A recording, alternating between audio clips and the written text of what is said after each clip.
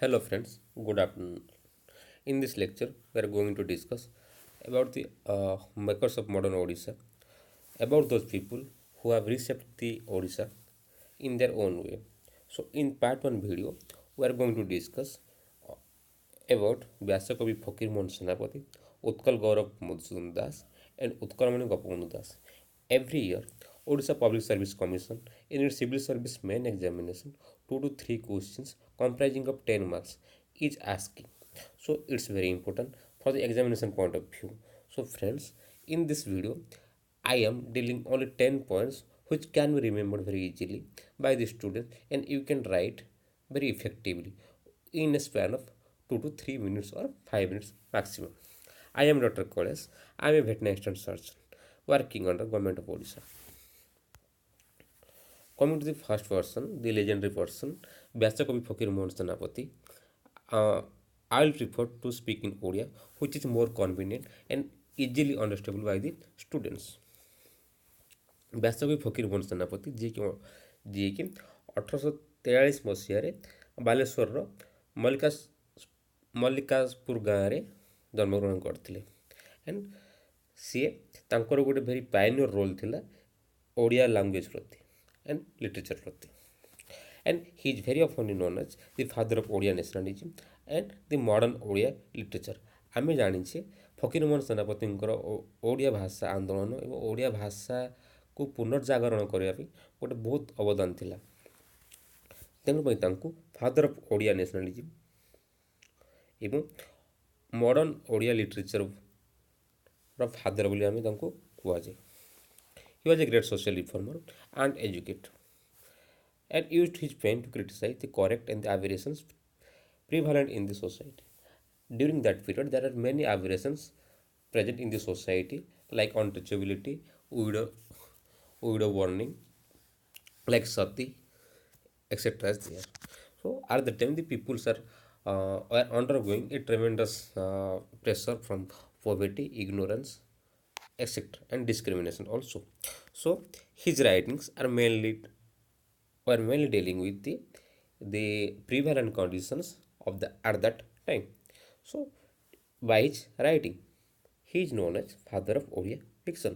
ଓଡ଼ିଆ ସାହିତ୍ୟର ଓଡ଼ିଆ ଗଳ୍ପ ଜଗତର ତାଙ୍କୁ ପିତା ମଧ୍ୟ କୁହାଯାଏ। He is aptly very oftenly he is known as the Thomas Hardy of Odisha. Dear students, you just remove the points and you can easily replicate these points in your answer sheet. ତାଙ୍କର ତିନିଟି ବହୁତ important ଗଳ୍ପ ଯେଉଁଟାକି ଥାଏ ଛଅ ମାଳ ଆଠ ଗୁଣ୍ଠ, ମାମୁଁ, ପ୍ରାୟଶ୍ଚିତ, ଯେଉଁଟାକି ବହୁତ ଓଡ଼ିଶାରେ ନାଁ କରିଥିଲା।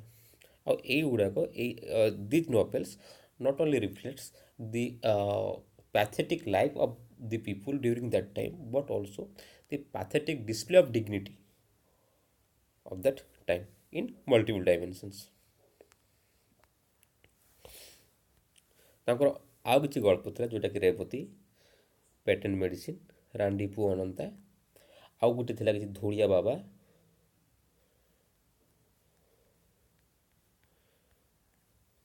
ଏମିତି ତାଙ୍କର ବହୁତ ଗୁଡ଼ିଏ ବହି ଯେଉଁଟାକି ଆମ ଓଡ଼ିଆ ସାହିତ୍ୟକୁ ସେ ରୁଦ୍ଧିମନ୍ତ କରିଛନ୍ତି। ତାଙ୍କର ନିଜର ଗୋଟେ ଅଟୋବାୟୋଗ୍ରାଫି ଥିଲା ଯାହା ନାଁ ହେଲା ଆତ୍ମଜୀବନ ଚରିତ। ତାଙ୍କୁ ବ୍ୟାସକବି କାହିଁକି କୁହାହେଉଛି ନା ସେ ସିଙ୍ଗିଲ୍ ହ୍ୟାଣ୍ଡେଡ଼ଲି ରାମାୟଣ ଆଉ ମହାଭାରତ, ସଂସ୍କୃତ ରାମାୟଣ ମହାଭାରତକୁ ସିଏ ଓଡ଼ିଆରେ ଟ୍ରାନ୍ସଲେଟ୍ କରିଥିଲେ, ନିଜ ଭାଷାରେ ଟ୍ରାନ୍ସଲେଟ୍ କରିଥିଲେ, ତେଣୁ ତାଙ୍କୁ ବ୍ୟାସକବି କୁହାହେଉଛି। ତାଙ୍କୁ ମଧ୍ୟ ସରସ୍ୱତୀ ସମ୍ମାନ ଦେଇଥିଲେ ବାମରା ରାଜା। ବାମରା ଗୋଟେ ଗଡ଼ଜାତ ରାଜ୍ୟ ଥିଲା ସେଇ ସମୟରେ, ସେଇଟା ସମ୍ବଲପୁର ରିଜିଅନ୍ରେ ଆସୁଛି, ସେଇଟା ବାମରା କୁହାହେଉଥିଲା। ସେଇଟା ଗୋଟେ ଫ୍ୟୁଡାଲ ଷ୍ଟେଟ୍ ଥିଲା, ତାଙ୍କୁ ସେଇ ସମୟ ରାଜା ସରସ୍ୱତୀ ସମ୍ମାନ ମଧ୍ୟ ଦିଆଯାଇଥିଲେ। Was a great lover and creator of new era of Odia literature. He was fond of the organization Utkal Bhasha Unnati Bindhani Sabha. Very important. Utkal Bhasha Unnati Bindhani Sabha ସେ ତିଆରି କରିଥିଲେ in the year 1867.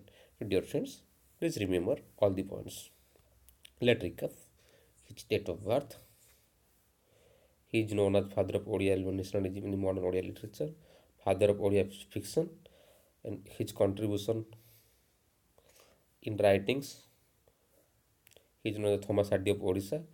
some of his creation novels, some of his short stories, why he is known as Vyasakovi, the Saraswati Award uh, given by their King Bamra, and the foundation of Utkala Bhasha Unnati Bindhani Sabha. You just write the 8 points.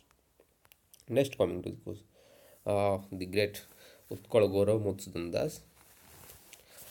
ତାଙ୍କର ଜନ୍ମ 1848 ମସିହାରେ ହେଇଥିଲା ସତ୍ୟଭାମାପୁର, ଯେଉଁଟାକି କଟକ ଜିଲ୍ଲାର ଅଛି।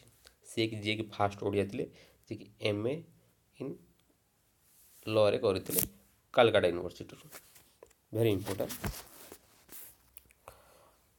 ତାଙ୍କୁ ଆମେ ସାଧାରଣତଃ ଛୋଟବେଳେ ମଧୁ ବାରିଷ୍ଟ କୁହନ୍ତି। ଗୋଟେ ଅଛି କଥାରେ, କଳା ଘୋଡ଼ାରେ କାଳିଆ ଘୋଡ଼ାରେ ଚଢ଼ିବି, ମଧୁ ବାରିଷ୍ଟ ସହିତ ଲଢ଼ିବି। ଗୋଟେ very peculiar thing during our childhood was there. So she Madhu Barrister ଥିଲେ and respectfully regarded as and addressed as Utkal Gaurav, ଉତ୍କଳର ଗୌରବ, the pride of ଉତ୍କଳ ତାକୁ ମଧ୍ୟ କୁହାହେଉଛି। He was deeply anguished and by seeing the discriminations made by the British towards the Odia people। ତେଣୁ ସେ କ'ଣ କରିଥିଲେ, ଯେତେ ସବୁ ଓଡ଼ିଆ ଆଗରୁ କ'ଣ ଥିଲା ନା, ଓଡ଼ିଆ ଲୋକମାନେ ବହୁତ ସ୍କାଟର ମାନର ଥିଲେ। ଯେମିତିକି some people are in Raipur area, some people are Chotanagpur, some people are Visakhapatnam, ଏମିତି ସବୁ ସ୍କାଟର ମାନର ଥିଲେ। And at the time there was no unity among the Odia speaking people. ତେଣୁ ସିଏ କ'ଣ କରିଥିଲେ, ତେଣୁ ସେ ସମସ୍ତଙ୍କୁ ସେଣ୍ଟ୍ରାଲାଇଜ୍ କରିବାକୁ ଚାହୁଁଥିଲେ। ସମସ୍ତଙ୍କୁ କଲେ ଯେ ସମସ୍ତଙ୍କ ଭିତରେ ଓଡ଼ିଆ କନସିୟସନେସ୍ ଗୋଟେ ଆସିବ, ଯେଉଁଟାକି ଗୋଟେ ଓଡ଼ିଆ ସ୍ୱତନ୍ତ୍ର ଓଡ଼ିଆ ପ୍ରଦେଶ ଗଠନ କରିବାରେ ସାହାଯ୍ୟ କରିବ। That's why he took a solid stand for the unification of the scattered Odia Oriyas by organising and mobilising strong public opinion among Odias. Okay, very important. And ସେ ମଧ୍ୟ ପ୍ରେସରାଇଜ୍ କରିଥିଲେ ବ୍ରିଟିଶ ଗଭର୍ଣ୍ଣମେଣ୍ଟକୁ। Very important, unification of the scattered Odia speaking for the socio economic and cultural growth of the Odia. Dear students, please remember. Coming to the next, the Utkal Sammilani ଗୋଟେ ହେଇଥିଲା, ଯେଉଁଟାକି ସବୁ Odia speaking ରିଜିଅନ୍କୁ ନେଇକି ସିଏ କରିଥିଲେ। And that was coming to effect or coming to existent in the year 1903 ମସିହାରେ ସେଇଟା ହେଇଥିଲା। ଆଗରୁ ଉତ୍କଳ ଭାଷା ଉତ୍କଳ ସଭା ଥିଲା, ସେ ଉତ୍କଳ ସଭାଟା ସେ ଡିଜଲ୍ୟୁସନ୍ କରିଦେଲେ। It is very important. ଏଇଟା ଆପଣଙ୍କ ଅବଜେକ୍ଟିଭ୍ ଆସିବାରେ ଉତ୍କଳ ସମ୍ମିଳନୀ କେବେ ହେଇଥିଲା, 1903 ମସିହାରେ ହେଇଥିଲା। and he was also selected as the Minister of Local Self Government of Bihar Odisha। ପୂର୍ବରୁ କ'ଣ ଥିଲା ନା, ଆମ ଓଡ଼ିଶା ଆଉ ବିହାର ଗୋଟେ ପ୍ରୋଭିନ୍ସ ଥିଲା, ଓଡ଼ିଶା ବିହାର ପ୍ରୋଭିନ୍ସ। ସେ ଓଡ଼ିଶା ବିହାର ପ୍ରୋଭିନ୍ସ, ଏଇ ପ୍ରୋଭିନ୍ସକୁ କରିବାକୁ ବି ସେମାନେ ବହୁତ ଚେଷ୍ଟା କରିଥିଲେ। ଆଉ ଏଇ ଓଡ଼ିଶା ବିହାର ପ୍ରୋଭିନ୍ସଟା ହେଇଥିଲା 1912 ମସିହାରେ ହେଇଥିଲା। ଓଡ଼ିଶା ବିହାର ପ୍ରୋଭିନ୍ସରୁ ଓଡ଼ିଶା ସେପାରେଟ୍ ହେଲା 1934 ମସିହା ଏପ୍ରିଲ 1 ତାରିଖ ଦିନ। ସେଥିପାଇଁ ଆମେ ଏପ୍ରିଲ 1 ତାରିଖକୁ ଉତ୍କଳ ଦିବସ ବୋଲି ଆମେ ପାଳନ କରୁଛନ୍ତି। Next coming, he journalistic approach was reflected in his weekly paper the Odia. ସେ ଗୋଟେ ଓଡ଼ିଆ ପେପର ବାହାର କରି, ତା ନାଁ ଥିଲା ଦି ଓଡ଼ିଆ। 1917 ମସିହାରେ ସିଏ କରିଥିଲେ। ଆଉ ଯେଉଁ ପେପର ମାଧ୍ୟମରେ ସିଏ ବ୍ରିଟିଶ ଗଭର୍ଣ୍ଣମେଣ୍ଟ ଏଗେନଷ୍ଟରେ ସବୁ ରାଇଟିଂସ୍ ଲେଖିଥିଲେ, ଯେଉଁଟାକି ଓଡ଼ିଆ ସ୍ପିକିଂ ପିପୁଲଙ୍କ ମାଇଣ୍ଡରେ ଗୋଟେ ବ୍ରିଟିଶ ଗଭର୍ଣ୍ଣମେଣ୍ଟର, ଗୋଟେ ବ୍ରିଟିଶ ଆଡ଼ମିନିଷ୍ଟ୍ରେସନ୍ ପ୍ରତି ଗୋଟେ ହ୍ୟାଟ୍ରେଟ୍ ମନୋଭାବ ଗୋଟେ ଆସିବ। Let's summarise all these contributions. Madhubabu in Oriya consciousness, as I have told, the scattered man, the Oriya speaking regions are there. He tried to unify all these regions, like and some regions are under Telugu, Hindi and Bengali dominion, and some of the Madras presidency also in south.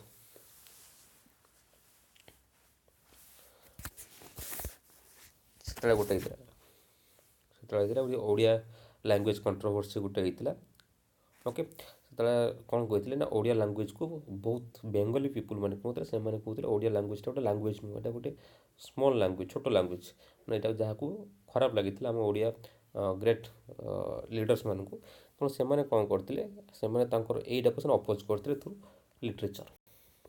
କିଛି pro Bengali people ଥିଲେ, pro Bengali language people, ଯେଉଁଟାକି ସେମାନେ ଗୋଟେ କଟକରୁ ଗୋଟେ ପତ୍ରିକା ବାହାର କରିଥିଲେ, ତା ନାଁ ଥିଲା ଉତ୍କଳ ହିତେଶଣୀ। ଉତ୍କଳ ହିତେଶଣୀ, ଯେଉଁଟାକି ପ୍ରୋ ବେଙ୍ଗଲ ପିପୁଲ୍ ମାନେ ତାଙ୍କର ନିଜ ମତ ରଖିଥିଲେ କି ଓଡ଼ିଆ ଲାଙ୍ଗୁଏଜଟାକୁ ଗୋଟେ ଲାଙ୍ଗୁଏଜ ନୁହେଁ, କିନ୍ତୁ ଏଇଟାକୁ ଅପୋଜ କରିଥିଲେ ସେଇ ସମୟରେ ମଧୁସୂଦନ ଦାସ ହେରିକା, ଯେଉଁମାନେ କି ସେମାନଙ୍କୁ ଅପୋଜ କଲେ। ତାଙ୍କର ଗୋଟେ ସ୍ପେଶାଲ, ତାଙ୍କର ଅଲଗା ନ୍ୟୁଜ୍ ପେପର ବାହାରିଲା, ତାର ସେଇଟା ଗୋଟେ ଉଲ୍ଲସିନୀ ସଭା। ଉତ୍କଳ ଦୀପିକା ଗୋଟେ ସମ୍ବାଦ ବାହିକା। ଏଇ ନ୍ୟୁଜ୍ ପେପର ଗୁଡ଼ା ସେତେବେଳେ ସେ ବାହାର କଲେ, ଯେଉଁଟାକି ୟାକୁ ଏଇ ଆମର ଉତ୍କଳ ହିତେଶଣୀକୁ କାଉଣ୍ଟରାକ୍ଟ କରିବା ପାଇଁ, ଭେରି ଇମ୍ପୋର୍ଟାଣ୍ଟ। ପୁଣି ସବସିକ୍ୱେଣ୍ଟଲି ଏଇଟା ଖାଲି କଟକରୁ ପବ୍ଲିକେସନ୍ ହେଉଥିଲା। ସେଇ ସମୟରେ କ'ଣ କରାଗଲା ନା, ସେମାନେ ରିଜନକୁ ସେମାନେ ସ୍ପ୍ରେଡ଼ କଲେ। ଲାଇକ୍ ଆମ ସମ୍ବଲପୁରରେ ଥିଲା ସମ୍ବଲପୁର ହିତେଶଣୀ, ଯେଉଁଟାକି ବାମଣ୍ଡା ଷ୍ଟେଟ୍ରୁ, ଯେଉଁଟା ଏବେ ଦେବଗଡ଼ ଜିଲ୍ଲା ଅଛି, ବାମଣ୍ଡା ଷ୍ଟେଟ୍ରୁ ପବ୍ଲିଶ ହେଉଥିଲା। ଓକେ, ଲାଇକ୍ ଗଞ୍ଜାମ ଓଡ଼ିଆ ହିତବାହିନୀ, ଦି ଗଞ୍ଜାମ ନ୍ୟୁଜ୍, ଦି କଟକ ଷ୍ଟାର, ଦି କଟକ ଆଗ୍ରୋଜ, ଦି କଟକ କ୍ରୋନିକଲ୍ସ, ଏମିତି ବହୁତ ଗୁଡ଼େ ପେପର ସେଇ ଟାଇମ୍ରେ ବାହାରିଥିଲା, ଜଷ୍ଟ ଆମ ଲାଙ୍ଗୁଏଜକୁ ଡମିନେଟ୍ କରିବା ପାଇଁ ଅଦର ବେଙ୍ଗଲି ପିପୁଲ୍, ଆଉ ରକ୍ଷା କରିବା ପାଇଁ। Another was there, the formation of Utkal ସମ୍ମିଳନୀ। ବିଫୋର ଉତ୍କଳ ସମ୍ମିଳନୀ, ଉତ୍କଳ ସମ୍ମିଳନୀ ଆଗରୁ, ଉତ୍କଳ ସମ୍ମିଳନୀ ଆସିଲା କେବେ 1903 ମସିହାରେ। ବଟ୍ 1903 ମସିହା ଆଗରୁ ବି ଆମ ଓଡ଼ିଆ ପିପୁଲ୍ ମାନେ ତାଙ୍କର ପର୍ଟିକୁଲାର ଗ୍ରିଭାନ୍ସେସ୍ ରିଗାର୍ଡ଼ିଂ ଦି ଫର୍ମେସନ୍ ଡିସ୍ପାରେଟ୍ ଓଡ଼ିଆ ପ୍ରୋଭିନ୍ସେସ୍ ସେମାନେ ବ୍ରିଟିଶ ଗଭର୍ଣ୍ଣମେଣ୍ଟ ଆଗରେ ପ୍ଲେସ୍ କରୁଥିଲେ। କିନ୍ତୁ ସେଇ ଟାଇମ୍ରେ ଉତ୍କଳ ସମ୍ମିଳନୀ ନଥିଲା, ସେତେବେଳେ ଉତ୍କଳ ସଭା ଥିଲା। ଉତ୍କଳ ସଭାଟା 1882 ମସିହାରେ ହେଇଥିଲା। Okay, very important. ସେ ଉତ୍କଳ ସଭାର 1882 ମସିହା ଥିଲା। ଚୌଧୁରୀ କାଶୀନାଥ ଦାସ ଆଉ ଗୌରୀ ଶଙ୍କର ରାୟ ତାଙ୍କ ପ୍ରେସିଡେଣ୍ଟ ଆଉ ସେକ୍ରେଟାରୀ ଥିଲେ। 1883 ମସିହାରେ ଯେତେବେଳେ ଇଲବର୍ଟ ବିଲ୍ ଆସିଲା, ସେଟାକୁ ଏଇ ସଭାଟା ସପୋର୍ଟ କଲା।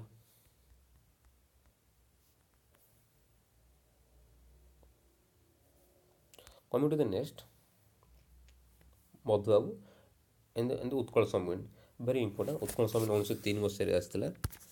ଓକେ, ସେଇ ସମୟରେ the unification of Odia speaking tracts like Sambalpur, Ganjam, Chotanagpur and sub parts of your Visakhapatnam and Midnapore, ସେତେବେଳେ ଓଡ଼ିଶା ଡିଭିଜନକୁ ଆଣିବା ପାଇଁ ଏମାନେ ତାଙ୍କର ଗ୍ରିଭାନ୍ସ ଦେଲେ ବ୍ରିଟିଶ ଗଭର୍ଣ୍ଣମେଣ୍ଟ ଉପରେ। ଏଇ ଯେତେବେଳେ ତାଙ୍କର ଫାର୍ଷ୍ଟ ସେସନ୍ ହେଇଥିଲା। ଏଇଟା ଭେରି ଇମ୍ପୋର୍ଟାଣ୍ଟ। ଗୋଟେ another important, dear students please remember, ଗୋଟେ ରାଇଜଲି ସର୍କୁଲାର ଆସିଥିଲା।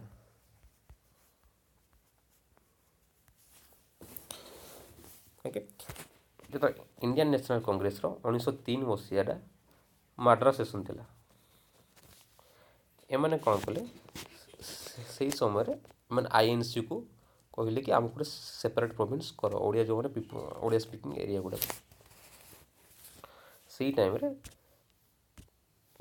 ଆଇଏନ୍ସି କ'ଣ କଲା, ତାକୁ ପ୍ଲେସ୍ କଲା ବିଫୋର୍ ଦି ବ୍ରିଟିଶ ଗଭର୍ଣ୍ଣମେଣ୍ଟ। ସେଇ ସମୟରେ ଥିଲେ ଭାଇସ୍ ରହିଥିଲେ ଲର୍ଡ଼ କର୍ଜନ, ଯିଏକି ଗ୍ରେଟ୍ ବେଙ୍ଗଲ ଡିଭିଜନ୍ କରିଥିଲେ।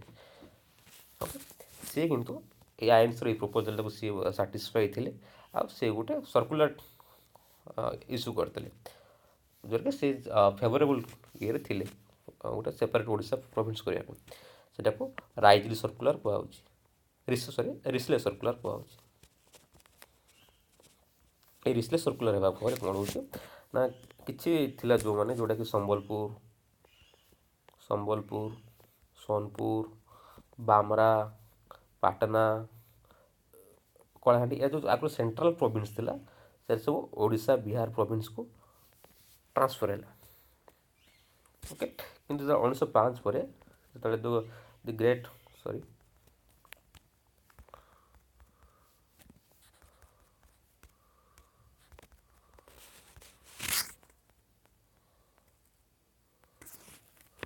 ଦି 1905 ଯେତେବେଳେ ଗ୍ରେଟ୍ ବେଙ୍ଗଲ ଡିଭିଜନ୍ ହେଲା, ସେତେବେଳେ ଲର୍ଡ଼ କର୍ଜନ ଯେତେବେଳେ ବହୁତ ଅପୋଜିସନ୍ ଆସିଲା from all spheres of the life of India, ସେ ତାଙ୍କୁ ଲର୍ଡ଼ କର୍ଜନକୁ ଛୁଟି ଦେଇ ଦିଆଗଲା କି ତୁମେ ଛୁଟିରେ ପଡ଼। ସେତେବେଳେ ତାଙ୍କର ଜାଗା ନେଲେ ଲର୍ଡ଼ ଆମଥିଲ୍। ବଟ୍ ଲର୍ଡ଼ ଆମଥିଲ୍ ସେ କ୍ୱାଇଟ୍ ସେ ନୀରବ ଲୋକ ଥିଲେ, କିନ୍ତୁ ସେ ଏଇ ଯେଉଁ ରିସ୍ଲେ ସର୍କୁଲାର ଉପରେ କିଛି ଆକ୍ସନ୍ ସେ ନେଲେନି। ସେଇଥିପାଇଁ ଉତ୍କଳ ସମୟ ତାକୁ କ୍ରିଟିସାଇଜ୍ ବି ବହୁତ କରିଥିଲା। Very important. ସେ ଯାହା ବି 1912 ମସିହାରେ ଓଡ଼ିଶା ବିହାର ପ୍ରୋଭିନ୍ସେସ୍ ହେଲା, 1934 ମସିହାରେ ସେପାରେଟ୍ ଓଡ଼ିଶା ପ୍ରୋଭିନ୍ସ ହେଲା।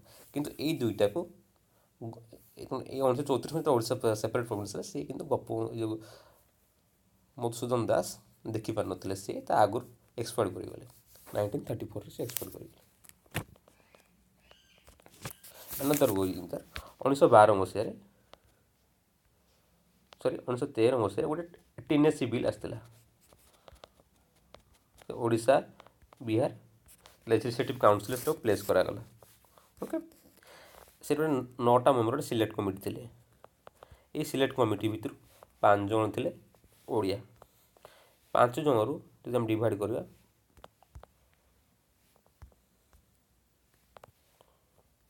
ଲେଟ୍ 3 2 3 ଜଣ ସପୋର୍ଟ ଥିଲେ, 2 ଜଣ ଏଗେନଷ୍ଟରେ ଥିଲେ। ଏଗେନଷ୍ଟରେ ଥିଲେ ଯେଉଁମାନେ ସୁଦାମ ଚନ୍ଦ୍ର ନାୟକ ରାଜା କନିକା ରାଜା, ଯିଏକି ତାକୁ ଅପୋଜ୍ କରୁଥିଲେ। ଏଇ 3 ଜଣ ଯେଉଁମାନେ ଥିଲେ ମଧୁସୂଦନ ଦାସ, ବୈକୁଣ୍ଠନାଥ ଦେ ଆଉ ଗୋକୁଳାନନ୍ଦ ଚୌଧୁରୀ, ଯେଉଁଟାକି ତାକୁ ସପୋର୍ଟ କରୁଥିଲେ।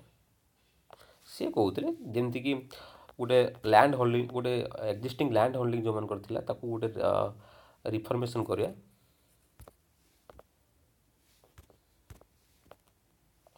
ତାକୁ ଗୋଟେ ରିଫର୍ମ କରିବା। ଆଉ ଏନଦର ଥିଙ୍ଗ ଇଜ୍ ଦେୟାର, ଆଉ ରେଭିନ୍ୟୁ ସେୟାରିଂ ଉପରେ ମଧ୍ୟ, ଏକ୍ଜିଷ୍ଟିଂ ରେଭିନ୍ୟୁ ସେୟାରିଂ ଉପରେ ଡିସ୍କସନ୍ କରିବା ପାଇଁ ଥିଲା। ଆଉ transfer of the land holdings to the peasants, excess or for the surplus to the deficient. ଏଇଟା ବହୁତ ସେଇ ଟାଇମ୍ରେ ଏଇଟା କୁହନ୍ତି ଓଡ଼ିଶା ଟେନେସି ବିଲ୍ 1913। ସେଇ ଟାଇମ୍ରେ ଗୋପବନ୍ଧୁ ମଧୁସୂଦନ ଦାସ ବହୁତ ଆକ୍ଟିଭଲି ପାର୍ଟିସିପେଟ୍ କରିଥିଲେ। Another thing was sir, promotion of the education. ସେ ଏଜୁକେସନ୍ ପାଇଁ ବହୁତ ସେ କଟକ ଡିଷ୍ଟ୍ରିକ୍ଟ ବୋର୍ଡ଼ର ମେମ୍ବର ଥିଲେ। ଓକେ, ଏନଦର ୱାଜ୍ ସେ ଫ୍ୟୁଡାରୀ ଷ୍ଟେଟ୍ ଗୁଡ଼ାକରୁ ମଧ୍ୟ ଏଜୁକେସନ୍କୁ ଷ୍ଟ୍ରେଙ୍ଗଥେନ୍ କରିବା ପାଇଁ ବହୁତ ଭାରିୟସ୍ ମେଜର୍ସ ସେ ନେଇଥିଲେ। And champion of the female education, ତାଙ୍କର ଜଣେ ଝିଅ ଥିଲେ ଶୈଳବାଳା। ଏବେ ଯେଉଁ କଟକ ଯାଇ ଶୈଳବାଳା SBM ଶୈଳବାଳା ମହିଳା କଲେଜ, ତାଙ୍କ ଝିଅଙ୍କ ନାଁରେ ହେଇଛି। ଏନଦର ଥିଙ୍ଗ ଅଛି ଗଜପତି ଟେମ୍ପଲ୍, ଏମିତି ମଧୁବାବୁ ଏମିତି ଗଜପତି ଟେମ୍ପଲ୍। ସେତେବେଳେ କ'ଣ ହେଇଥିଲା, 1934 ତ ଏକ୍ସପାର୍ଟ ଥିଲେ, ତା ଆଗରୁ 1902 ମସିହାରେ ଗଭର୍ଣ୍ଣମେଣ୍ଟ ଗୋଟେ ସର୍କୁଲାର କଲେ କି ପୁରୀ ଜଗନ୍ନାଥ ମନ୍ଦିରର ଆଡ଼ମିନିଷ୍ଟ୍ରେସନ୍ ଗଜପତିଙ୍କୁ ନ ଦେଇକିନା ସେଇ ସମୟରେ ଯିଏ ଥିଲେ ଡେପୁଟି ମାଜିଷ୍ଟ୍ରେଟ୍ ପୁରୀର, ତାଙ୍କୁ ସେ ଟୋଟାଲ୍ ଓଭରାଲ୍ ଚାର୍ଜ ରହିବେ। କିନ୍ତୁ ଏଇଟା ଯେହେତୁ ଆମର ଗଜପତିଙ୍କ ପାଇଁ ଗୋଟେ ଅପମାନ ଥିଲା, ତେଣୁ ସେଇଟାକୁ ସେ କାଲକାତା ହାଇଟ୍ରେ ଗୋଟେ ସୁଟ୍ ଫାଇଲ୍ କଲେ। ଆଉ ସୁଟ୍ ଫାଇଲ୍ କରିକି ସିଏ ଜିତିଥିଲେ। ତେଣୁ ତାଙ୍କୁ ମଧୁ ବାରିଷ୍ଟର ବୋଲି କୁହାଯାଏ। That's Y for the prestige of this land Hi even, ସେ ମଧ୍ୟ ତାଙ୍କର ଗୋଟେ ଜୋତା କାରଖାନା ଥିଲା, ଗୋଟେ ଟେନେରୀ ଫ୍ୟାକ୍ଟ୍ରି ଥିଲା, ଯେଉଁଟାକି ସେ ପ୍ରେଷ୍ଟିଜ୍ ଅଫ୍ ଦିସ୍ ଲ୍ୟାଣ୍ଡ ସେ ବ୍ୟାଙ୍କରପ୍ଟ ହେଇଗଲେ। ଖରାପ ଜିନିଷ ସେ ଜମାରୁ ପ୍ରଡ୍ୟୁସ୍ କରୁନଥିଲେ। Okay, that's why till today he occupies a very prominent position in the heart of Odisha people, and he is known as the glory of Utkal, the pride of Utkal, or the grand man of this land. Coming to the next question, next legendary person Utkalmani Gopabandhu Das, ଯିଏକି 1877 ମସିହାରେ ଜନ୍ମଗ୍ରହଣ କରିଥିଲେ ସୁଆଣ୍ଡ ଗାଁରେ, ହେଲା ପୁରୀର Suando. He dedicated his life, the entire life for the country to that extent. ସେ ତାଙ୍କ ପୁଅକୁ ମଧ୍ୟ ହରାଇଥିଲେ, ଯେଉଁଟା ତାଙ୍କ ପୁଅ ରୋଗ ଶଯ୍ୟାରେ ପଡ଼ିଥିଲା ବି ସେ ଇଭିନ୍ ଫ୍ଲଡ୍ ରିଲିଫ୍ କ୍ୟାମ୍ପକୁ ସେ ତାଙ୍କର ସବୁ ଆସିଷ୍ଟାନ୍ସ ଦେଇଥିଲେ। He wanted a society free from the poverty in the ignorance, where men can live with a self-respect and would be able to develop his own consciousness. Very important. Recognize the notable standing of the Gopabandhu Acharya Prafulla Chandra Ray, ଯିଏକି 1924 ମସିହାରେ ତାଙ୍କୁ ଉତ୍କଳମଣି ଉପାଧି ଦିଆଯାଇଥିଲା, the jewel of this Utkal. 1909 ମସିହାରେ ସେ ସତ୍ୟବାଦୀ ବନ ବିଦ୍ୟାଳୟ ପୁରୀରେ କରିଥିଲେ, ବହୁତ ଇମ୍ପୋର୍ଟାଣ୍ଟ, ଯେଉଁ କୋଣାର୍କ ଗଲାବେଳେ ରାସ୍ତାରେ ପଡ଼େ।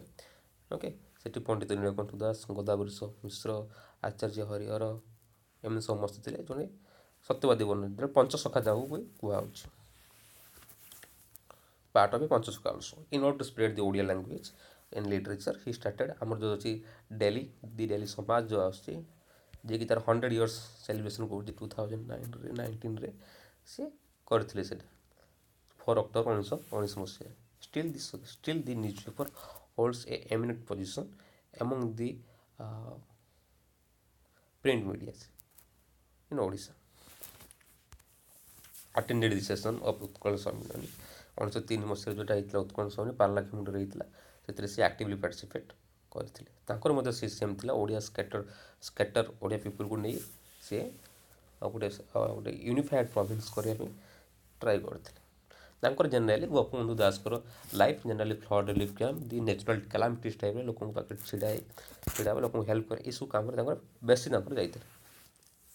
1904 he rendered a very invaluable service to the people, organized relief camps and appealed the people through various forums to help the poor destitute। ସେ ଧନୀ ଲୋକମାନଙ୍କୁ ରିଚ୍ ପିପୁଲମାନଙ୍କୁ ଅପିଲ୍ କରିଥିଲେ କି ଡେଷ୍ଟିଚ୍ୟୁଟ୍ ପୁଅର୍ ପିପୁଲ୍ ଆବାଣ୍ଡନ୍ ପିପୁଲମାନଙ୍କୁ ହେଲ୍ପ କରିବା ପାଇଁ। ଓକେ, ସେ ଗାନ୍ଧିଜୀଙ୍କୁ advice କରିଥିଲେ ନାଗପୁର ସେସନରେ କି ସେପାରେଟ୍ ପ୍ରୋଭିନ୍ସ କରିବା ପାଇଁ on the basis of linguism or linguistic basis, କିନ୍ତୁ ସେ ଗାନ୍ଧିଜୀ ସେଟାକୁ ଆକ୍ସେପ୍ଟ କରିନଥିଲେ, ସେ ଫେଲ୍ ହେଇଥିଲେ। ତେଣୁ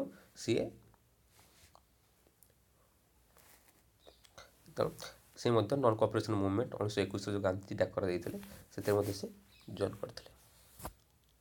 ଏଇଟା ଭେରି ଇମ୍ପୋର୍ଟାଣ୍ଟ କ୍ୱେଶ୍ଚନ୍। ଗାନ୍ଧିଜୀ କେବେ ଓଡ଼ିଶା ଆସିଥିଲେ? 23 ମାର୍ଚ୍ଚ 1923 ମସିହାରେ ଆସିଥିଲେ।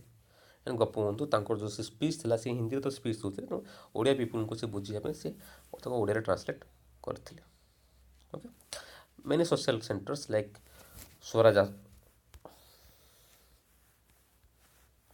ଆଶ୍ରମ କଟକରେ କରିଥିଲେ, ଅଲଗା ଆଶ୍ରମ ଜଗତସିଂହପୁର, ସ୍ୱରାଜ ମନ୍ଦିର ବାଲେଶ୍ୱର କରିଥିଲେ। ଏଇଟା ସବୁ ସୋସିଆଲ ସେଣ୍ଟର୍ସ ଗୁଡ଼ାକ ଯେଉଁଟାକି ସେ various types of activity social ଆକ୍ଟିଭିଟିସ୍କୁ ଡିସେମିନେଟ୍ କରୁଥିଲେ for the sake of the people.